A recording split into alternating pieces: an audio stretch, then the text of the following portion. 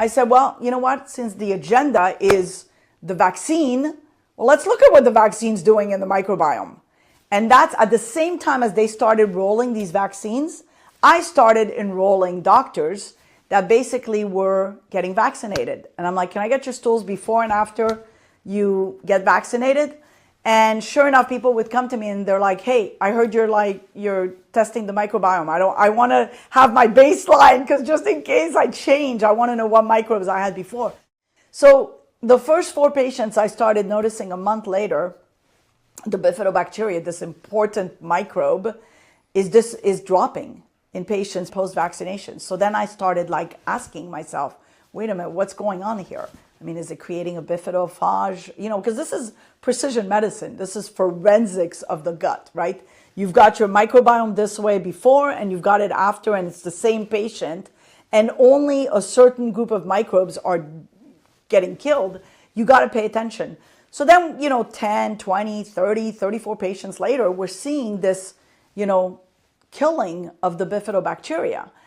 And so I wasn't going to, first of all, there's no way I was going to publish this because nobody would have taken that. So I decided to submit it to the American College of Gastro as a presentation, as a poster. It got accepted, and then it won the Best Research Award as a poster.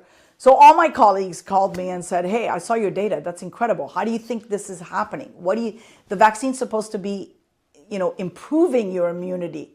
And we all know bifidobacteria is a huge part of immunity. How do you think it's happening? So then I said, I think it's creating a bacteriophage or bifidophage.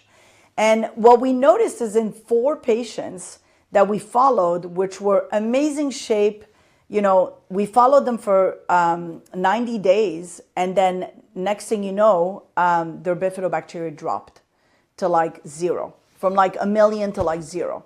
So it kept persisting. So there was a persistence in the damage, and not only 90 days, but 6 months, 9 months later. So that was the thing that started making me panic. And then as we were looking at the microbiome of newborns, to mothers who were breastfeeding, we started noticing that there's no bifidobacteria in those newborns. So we asked ourselves, well, because newborns are supposed to have a ton of bifidobacteria, right? 90% of the microbiome of babies is bifidobacteria. So we said, well, how come these babies born to moms that are breastfeeding that were vaccinated have 0 bifidobacteria? Is the spike protein going to the breast milk, into the baby's gut, and killing whatever the baby's trying to build? And so because I was doing work on autism, and I noticed, one of the commonality and common findings of autistic children is that loss of bifidobacteria.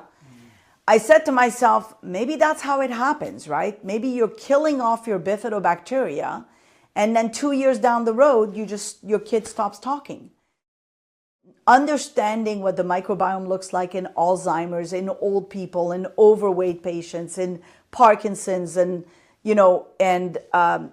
kids, healthy kids, kind of brought it all together for me. So I had a different vision than everybody else.